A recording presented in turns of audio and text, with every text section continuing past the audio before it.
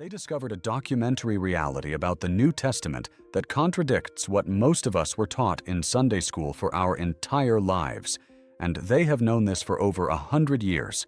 This changes absolutely everything you were taught to believe about the foundation of the Christian faith.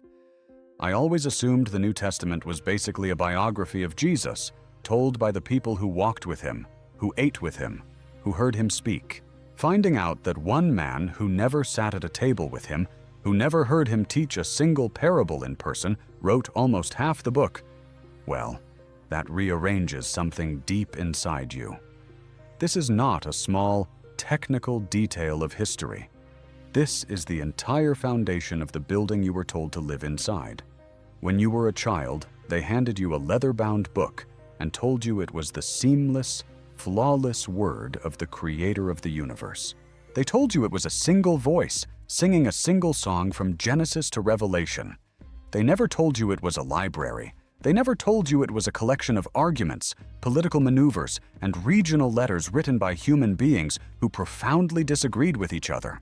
And the most startling disagreement of all was between the teachings of the man from Nazareth and the rules imposed by the man from Tarsus.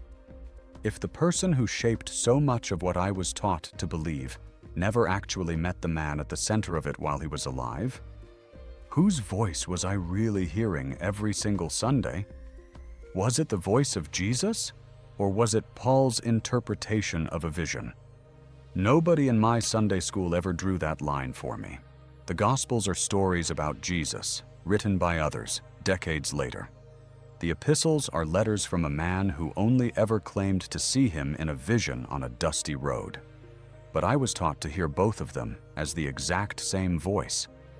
Imagine the psychological weight of this realization. Imagine being a teenager in a youth group, terrified of eternal damnation because you had a natural human thought, and being told that your condemnation came straight from the mouth of God, only to find out, decades later, that the condemnation came from a first-century administrator writing a letter to a church in Corinth to solve a local dispute. You were traumatized by context completely stripped of its history. You were punished by a rule book written by a man who never heard the Sermon on the Mount, never witnessed a single miracle, and never walked alongside the man he claimed to represent. The sheer scale of the deception is staggering. Let me give you the numbers, because the numbers do not lie. 13 of the 27 books in the New Testament carry Paul's name. That is nearly half the entire collection. When you measure it by word count and doctrinal weight, Paul's letters account for roughly 45% of the New Testament. And this 45% contains almost all the instructions on doctrine, church conduct, and theology. The four Gospels combined primarily narrate events. They tell a story. But the rules, the structure, the theology that dictates how you should live, who you should love, and what you should fear, that comes overwhelmingly from a man who was not one of the 12 disciples, a man who was not at the Last Supper, a man who was not at the crucifixion. And the academic consensus, the scholars who study this for a living, they know this, they document this. According to modern New Testament scholarship, out of those 13 letters, only 7 are universally considered to be actually written by Paul. The rest are disputed, and some, like 1st and 2nd Timothy and Titus, are widely considered by critical historians to be written long after he died by someone else, writing in his name. The Bart Ehrman publication, Forged, released in 2011, makes this painfully clear. In the ancient world, writing a letter under a dead authority's name was not an homage. It was a literary deception. It was forgery. And yet, this is the foundation of the theology we were handed. And I want to be very clear about what forgery means in the ancient world. You will hear apologists say that writing in someone else's name was a common, accepted practice, a kind of homage to a great teacher. That is a documented historical falsehood. According to historians like Bart Ehrman, the ancient world had a very clear concept of forgery, and they condemned it. When an author wrote a letter claiming to be Paul, knowing perfectly well that he was not Paul, he was deceiving his audience to give his own words borrowed authority. And those forged words, those deceptive documents, became the very verses used to silence women in the church, to enforce rigid hierarchy, and to build an empire of control. A deception became divine law. Before we go any deeper into this, leave a like on this video and subscribe to the channel. This is very important for the YouTube algorithm to understand that this content has value for you, and it motivates me to keep producing videos like this. The voice you were taught to follow without question was never the master, it was always the interpreter. I need to tell you a story. For 35 years, I taught history in the exact same high school building in Knoxville, Tennessee. For 35 years, I stood in front of teenagers and trained them to always ask two fundamental questions whenever they looked at a historical document. Whose voice is this, and when was it written? I was ruthless about it. You cannot understand history if you do not understand the source. But here is the heartbreaking irony of my life. I never applied that rule to my own Bible until after I retired. Not once. For 22 years, I served as a Southern Baptist deacon. I stood in front of adult Sunday school classes, holding a leather-bound Bible, and I led lessons straight out of Romans and Ephesians. I read the words of Paul, and I presented them as the direct, unquestionable will of God. I never once separated what came from Paul's letters to specific churches with specific political problems versus what came from the stories of Jesus. I flattened it all into one voice. I called it all the Word of God. I look back at those 22 years, and the guilt is sometimes overwhelming. I was a gatekeeper of a system I did not fully understand. I handed out theological prescriptions to people who were hurting, prescriptions based on the assumption that Paul's letters were absolute truth. When a young couple came to me struggling with their marriage, I quoted Ephesians. When a teenager was terrified of the future, I quoted Romans. I never once stopped to consider that I was feeding them the worldview of a first-century Pharisee who believed the world was going to end in his own lifetime, rather than the timeless wisdom they desperately needed. I failed my congregation because I trusted the institution that handed me the book more than I trusted my own ability to investigate it. My older brother, who was also raised Southern Baptist, is still active in that very same congregation. He sits in the same pew we used to share. And the two of us, we have not discussed Scripture directly since the day I stopped attending. There is a silence between us now that is heavier than any argument we could ever have, because he is still listening to that flattened voice, and I simply cannot unhear the distinction anymore.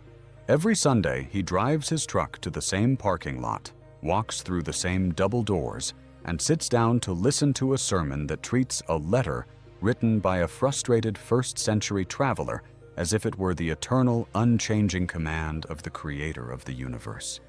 He does not know any better because nobody ever told him. And nobody ever told me either. I had to find it out on my own, and it cost me almost everything. I still love my brother. We still share the same blood, the same history, the same memories of growing up in East Tennessee. But there is an invisible wall between us now that neither of us knows how to dismantle. He looks at me and sees a man who has lost his way, a man who has abandoned the faith of our parents. I look at him and see a man who is still trapped in a theological prison that he does not even realize was built by human hands. We sit across from each other at Thanksgiving. We talk about the weather, we talk about the football game, but we never talk about the one thing that defined our entire lives. The silence is not just heavy, it is a physical weight that presses down on every interaction we have. For decades, you and I were told that the New Testament was a unified, seamless narrative. You were taught that every word in Timothy carried the exact same authority as Paul's own hand, and that Paul's hand carried the exact same authority as the red letters of Jesus. But when you actually look at the history, the arithmetic of the theology does not work. Let me explain what I mean. To understand where this came from, we need to look at what actually happened. The timeline is not a secret. It is right there in the text if you know how to look. According to Acts chapter 9, And Paul's own account, in Galatians chapter 1, Paul's conversion happened after the crucifixion. He was traveling on the road to Damascus. He saw a blinding light. He heard a voice. He had a vision. He did not sit on a hillside and listen to the Sermon on the Mount. He did not witness the healing of the sick. He did not watch the establishment of the communion table.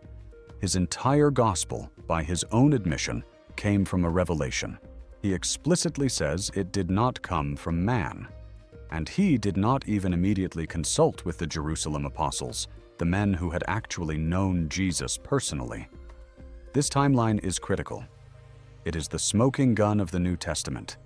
If Paul had wanted to know what Jesus actually taught, the obvious, rational step would be to go directly to Jerusalem, sit at the feet of Peter and James, and ask them everything. Ask them what he said about the poor, what he said about forgiveness, what he said about the kingdom.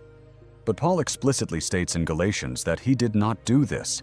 He proudly declares that his gospel came entirely through a personal revelation, and he did not go up to Jerusalem for 3 years. 3 years. He spent 3 years preaching a gospel about a man whose actual historical teachings he had made no effort to verify with the people who actually knew him. This is the man who wrote half of your New Testament. Think about how this works in any other context. Imagine you are reading a definitive biography of a historical figure, let us say Abraham Lincoln. The first half of the book is full of stories about what Lincoln did, written by people who lived during his time, who were close to the events. But the second half of the book, the half that contains all the rigid rules about how the entire country must be governed forever in honor of Lincoln, was written by someone who never met him. Someone who only claimed to have seen Lincoln in a dream on a dusty road in Virginia. And what is even more shocking, this second author rarely even quotes Lincoln's actual speeches. When you read Paul's authentic letters, he directly quotes the sayings of Jesus only a handful of times across his entire body of work. He does not focus on the teachings. He focuses almost entirely on the theological meaning of the death and resurrection. He built a theology around an event rather than transmitting the teachings of a living man. If this were a historical document about any other human being, you would immediately question the authority of the second half of the book. You would draw a massive, thick line between the stories of the living man and the theological interpretations of the visionary. But because it is bound in leather and stamped with gold foil, you were trained to turn off your critical thinking. You would ask the author of the second half, "How do you know this? Where did you get this information?" And if the author replied, "I saw a bright light on a road and heard a voice in my head," you would close the book and walk away. But because this specific book is wrapped in the armor of religious tradition, because you were told from the time you were a toddler that questioning it was a direct offense against God himself, you bypassed your own common sense. You allowed an ancient visionary to dictate the terms of your eternal soul without ever demanding the evidence you would require for any other historical claim. To truly grasp the magnitude of this shift, we need to travel back to the 1st century. Think about the physical reality of the early Christian movement. Jesus of Nazareth lived and died in a very specific cultural and geographic context in Judea. His followers were Aramaic-speaking Jews who passed down oral traditions about his teachings, his parables, his views on the poor and the marginalized. But Paul was a completely different figure. Paul, or Saul of Tarsus, was a Greek-speaking Roman citizen, deeply educated in Hellenistic rhetoric and Pharisaic law. He did not operate in the rural hills of Galilee. He operated in the bustling, cosmopolitan urban centers of the Roman Empire, cities like Corinth, Ephesus, and Philippi. When Paul wrote his letters, he was not trying to preserve the historical memory of a rabbi. He was actively trying to manage diverse, chaotic groups of non-Jewish converts who were struggling to figure out how to live together. He was a manager. He was an organizer. He was putting out fires. When the church in Corinth was arguing about eating meat sacrificed to idols, or who should speak in tongues, or how to handle a scandalous relationship, Paul wrote back with specific, hard-hitting instructions. These were localized administrative solutions to 1st-century urban problems. But over the centuries, the Church took those administrative solutions, stripped them of their historical context, and elevated them to the status of eternal cosmic law. Imagine if a regional manager sent a memo to a branch office in the year 1990 telling them how to fix a broken copy machine, and 2,000 years later, millions of people were treating that memo as a sacred text on how to live their lives. It sounds absurd, but structurally, that is exactly what happened with the Pauline epistles. And the consequences of that elevation have been absolutely devastating. Because Paul's letters, and especially the letters forged in his name, carry a highly structured, patriarchal, and authoritarian tone that you simply do not find in the parables of Jesus. Jesus told stories about lost sheep and prodigal sons. The Pastoral Epistles give rigid lists of qualifications for church overseers and strict commands for female submission. By treating all of these texts as the exact same voice of God, the Church effectively allowed the administrative rules of the later writers to silence the radical, inclusive message of the original founder. Look at the history of the last 2,000 years. The texts used to justify slavery, the texts used to subjugate women, the texts used to terrorize people with the threat of eternal conscious torment. These overwhelmingly come from the Pauline epistles, not the Gospels. Jesus spoke of a kingdom of heaven that belonged to the poor, the meek, and the peacemakers. Paul and his subsequent imitators spoke of a kingdom that required absolute submission to authority, rigid adherence to doctrine, and the complete suppression of the flesh. We inherited a religion that carries the name of Jesus, but operates almost entirely on the theology of Paul. We were sold a bait and switch of cosmic proportions. Let me tell you something nobody warned me about. When you finally see this, when you finally realize that the Bible is a curated library of competing voices rather than a single unified message, you do not just lose a doctrine, you lose your entire framework for reality. For 22 years as a deacon, I sat in meetings where we made decisions about people's lives based on the words of Paul. We decided who was in and who was out, who was holy and who was sinful, based on the assumption that Paul's words were a direct transcript from heaven. The amount of pain inflicted in those rooms, the amount of shame handed out to people who were just trying to live their lives, it still keeps me awake at night. We weaponized a first-century letter to destroy 21st-century lives. I think about a student I had years ago. A brilliant kid, full of life, full of questions. He came from a deeply religious family, the kind that memorized scripture every morning. I watched him slowly dim over the course of his senior year.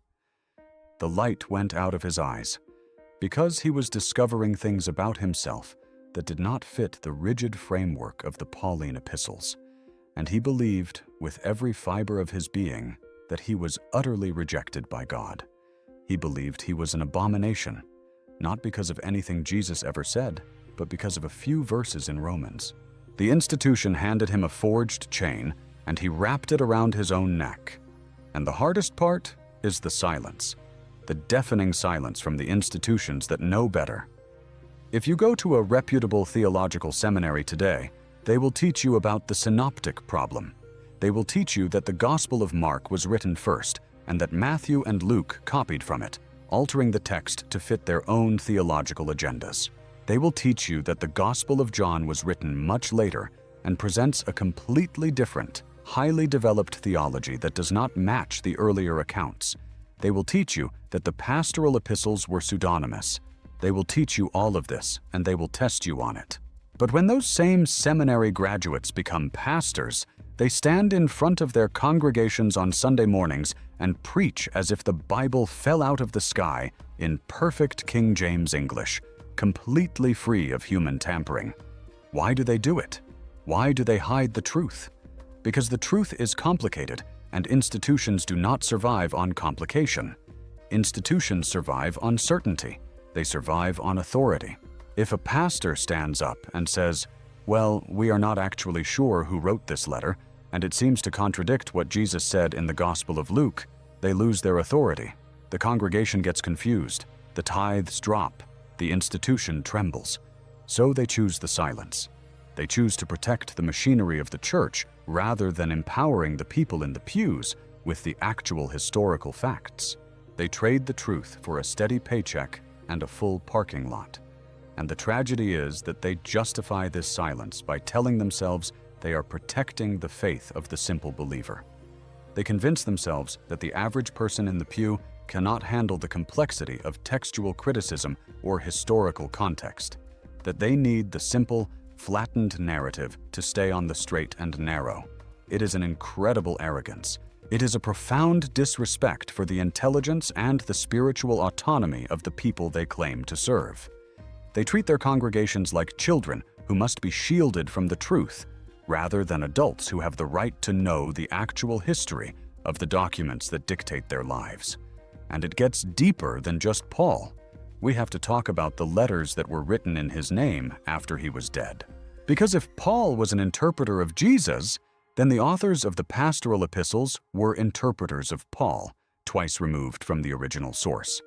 And these are the letters that contain the most rigid authoritarian rules in the entire New Testament. Rules about church hierarchy.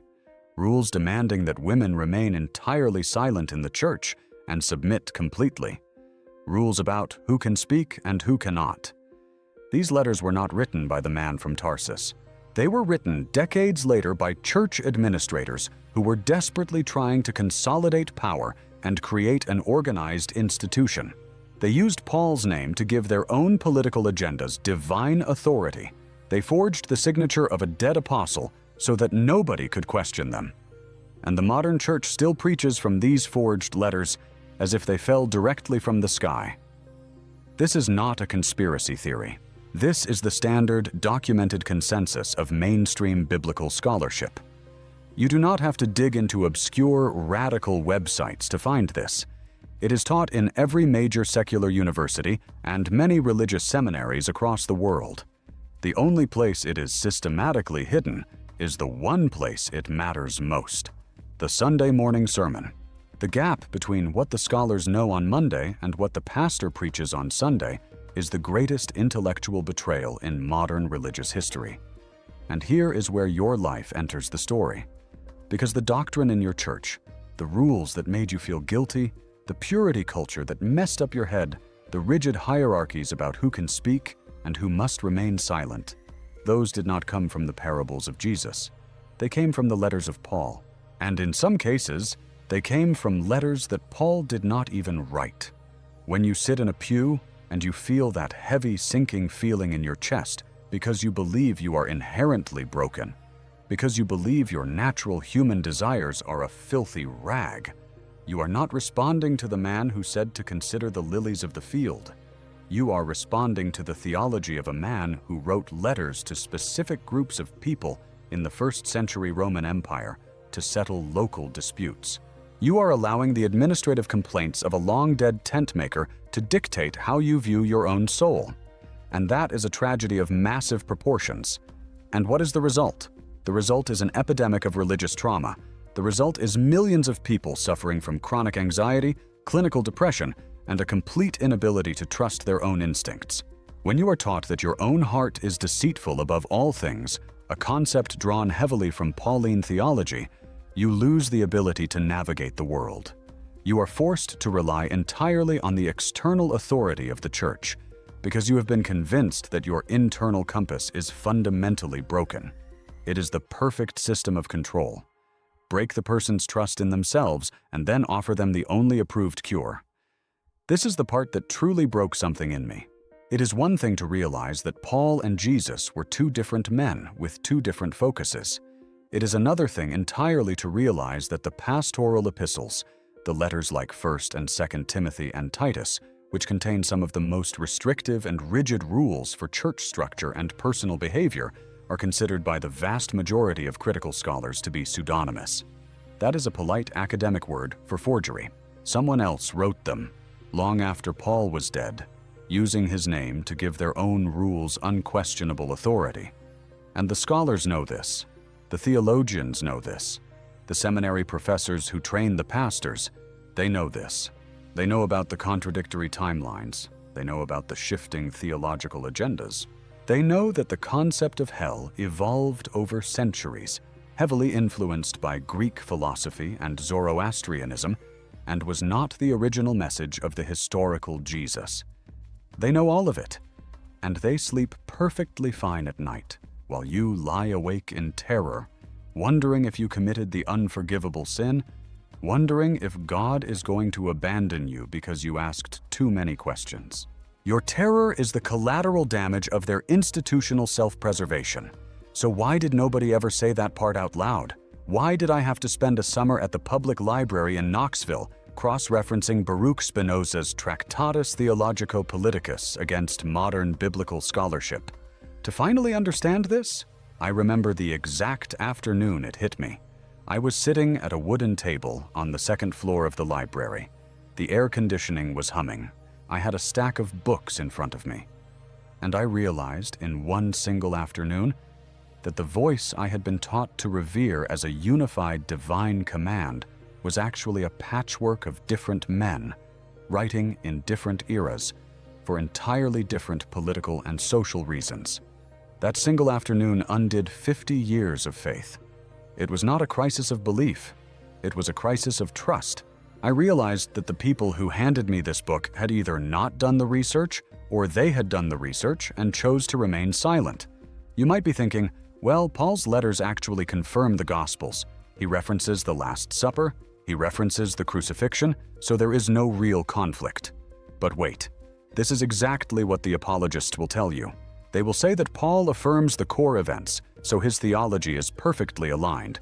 But confirming that an event happened is not the same thing as possessing the authority to dictate the entirety of Christian doctrine for the next 2,000 years. The issue is not whether Paul believed Jesus was crucified. The issue is that Paul built an entire theological empire on the meaning of that death, while almost completely ignoring the life and the teachings that preceded it. And that empire required compliance. It required a systematized, organized structure that could survive in the Roman world. Jesus was an apocalyptic prophet who taught that the kingdom was arriving immediately, so there was no need for institutions, no need for long-term planning, no need for rigid hierarchies. But when the end did not come, when the decades passed, the movement had to adapt. Paul, and the men who wrote in Paul's name, provided that adaptation. They transformed a radical, spontaneous movement of Jewish peasants into an organized, hierarchical, rule-bound religion that could eventually become the official religion of the Roman Empire itself. They did what they had to do to survive.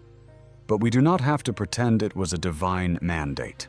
And you might also hear people say that the letters and the Gospels are just different genres, that letters to specific churches were meant to solve specific problems, not to retell a biography. That is true. It is a different genre. But that is exactly the point. If they are letters meant to solve a local dispute in Corinth or Galatia in the first century, why were we taught to read them as universal eternal laws binding on every human being forever? The genre matters because the genre proves that these were human letters, written by a human being, dealing with human problems. They were not dictated from the sky. They were dictated from a prison cell or from a writing desk in Ephesus, or by an anonymous writer 50 years later who wanted to make sure women stayed out of leadership positions in the early church assemblies. The suppression of women is perhaps the clearest example of this bait and switch. In the actual stories of Jesus, women are the first witnesses to the resurrection. They are close disciples. They are central to the narrative. In Paul's authentic letters, women are mentioned as deacons and co-workers. But by the time the Pastoral Epistles are written, decades later, the tone has drastically shifted. 1 Timothy commands women to learn in quietness and full submission, explicitly forbidding them to teach or assume authority over a man. That is not the voice of the divine. That is the voice of an institution conforming to the patriarchal norms of the Greco-Roman world in order to appear respectable. And half the churches in America still use that forged verse to keep women out of the pulpit today. Here is the math that simply does not add up. You have 4 Gospels written anonymously decades after the events, which focus on stories and parables. You have 13 letters attributed to one man who only saw a vision, focusing heavily on rules and theology. And you have millions of people sitting in pews every Sunday being told that all of it is exactly the same, carrying the exact same weight, spoken by the exact same divine voice. The mathematics of authority do not close. You were taught to accept a conclusion that the evidence simply does not support. You were given an equation where 2 plus 2 equals 5, and you were told that if you point out the mathematical error, you will burn in a lake of fire for eternity. That is not faith. That is hostage-taking. Faith is a leap into the unknown based on trust. What we were given was a demand for intellectual suicide based on fear. And the moment you realize the difference, the entire structure begins to collapse. You cannot unsee the math once you have done the calculation yourself. And this problem does not stop at the doors of my old church in Tennessee. If you think this is just an isolated issue, look at the scale of what's happening. Across the entire world, an entire generation is quietly walking away. The Pew Research Center documents the rise of the religiously unaffiliated, the Naonis. Millions of people are leaving, and they are not leaving because they want to sin. They are leaving because they finally read the book, they finally looked at the history, and they realized that the foundation they were standing on was constructed by men who were desperately trying to consolidate power and establish order. They are leaving because the internet has democratized information. You no longer have to go to a theological seminary to learn about the documentary hypothesis or the disputed authorship of the Pauline epistles. You can find it on your phone while you are sitting in the back row of a Sunday morning service. The monopoly on biblical truth has been broken forever. You are part of a massive silent exodus. You are part of a generation that is finally reading the fine print of the contract they were forced to sign before they were old enough to understand it. When you walk away from the church, they will tell you that you are rebelling. They will tell you that you are arrogant. They will tell you that you just want to live in sin. Do not let them define your departure. You are not walking away out of rebellion. You are walking away out of integrity. You are walking away because your conscience will no longer allow you to support a system built on documented historical misrepresentation. Every time you felt a crushing weight of guilt because you could not measure up to the impossible standards set in the epistles, every time you were told that your natural human desires were a wretched sin, every time a woman was told to remain silent in the church, that was not the voice of the man from Nazareth. That was the voice of a first-century organizer, or worse, the voice of an anonymous writer pretending to be him decades later. Recognizing this difference is the key to your freedom. It is the moment you reclaim your own mind.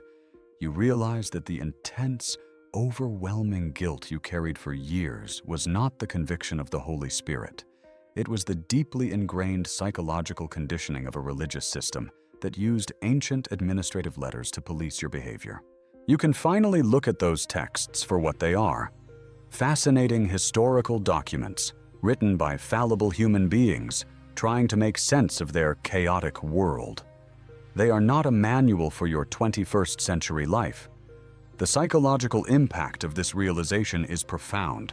When you find out that the doctrine in your church was not Jesus' words, but Paul's letters treated like universal law, you experience a very specific kind of betrayal.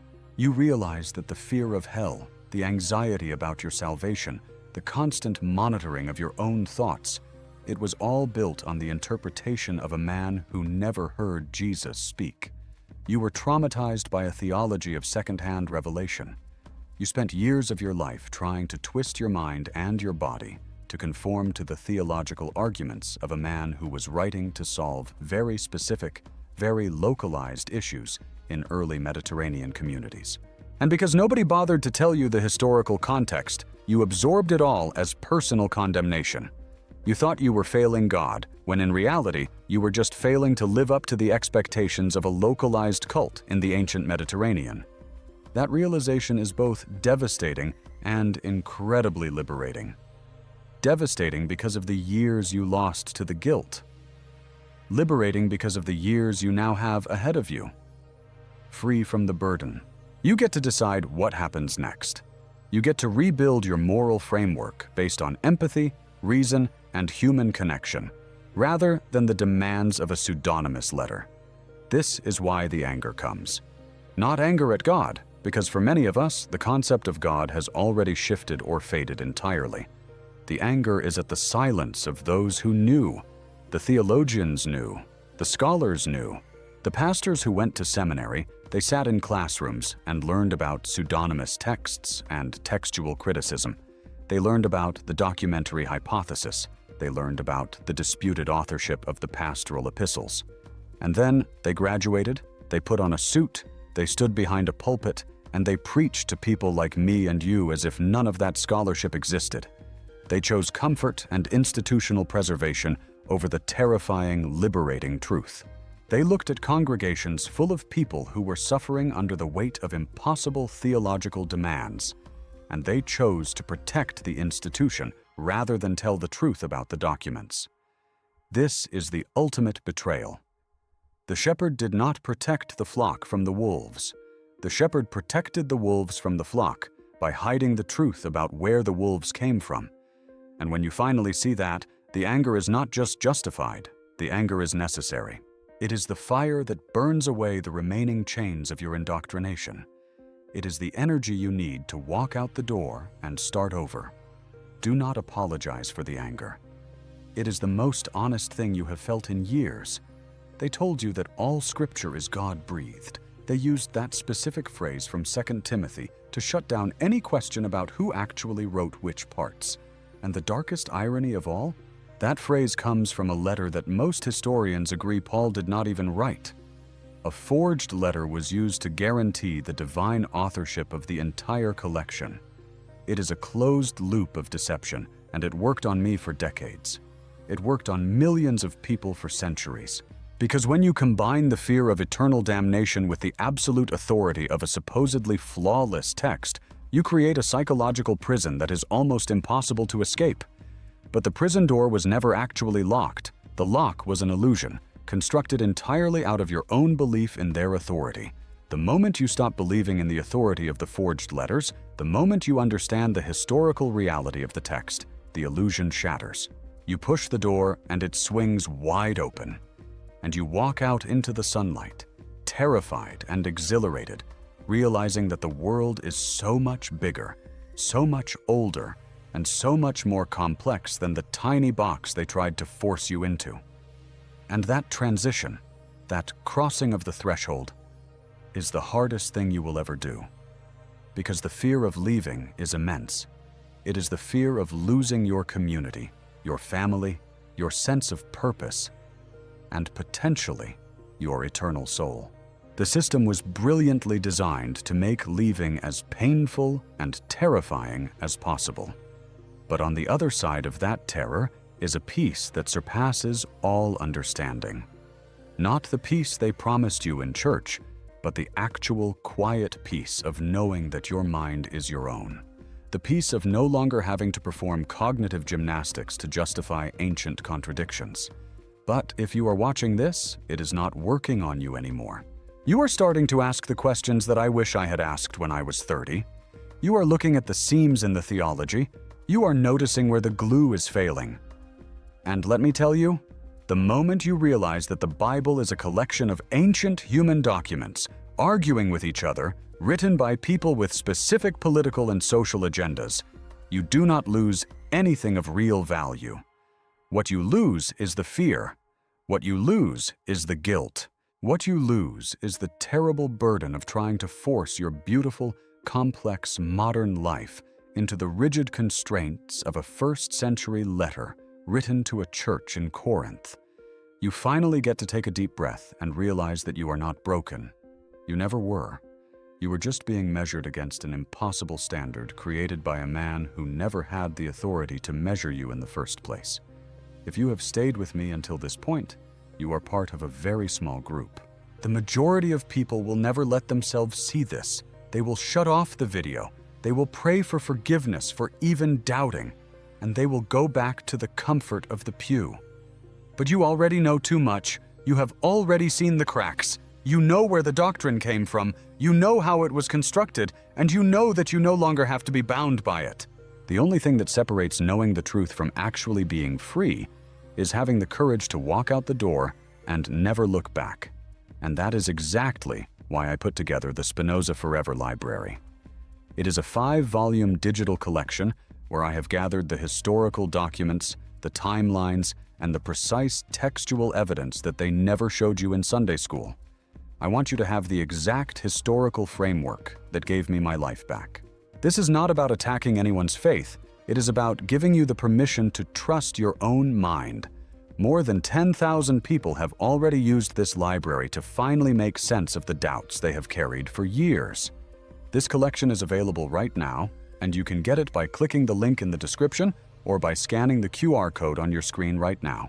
Do not wait for someone else to give you permission to learn the truth. Were you taught to read the Bible as one unified voice? Or did your church ever actually tell you about Paul and the disputed letters? Tell me your story down in the comments. I read every single one. The only question that remains after all of this is, will you continue pretending that you do not know? I am going to leave it right here. Thank you for listening. Goodbye.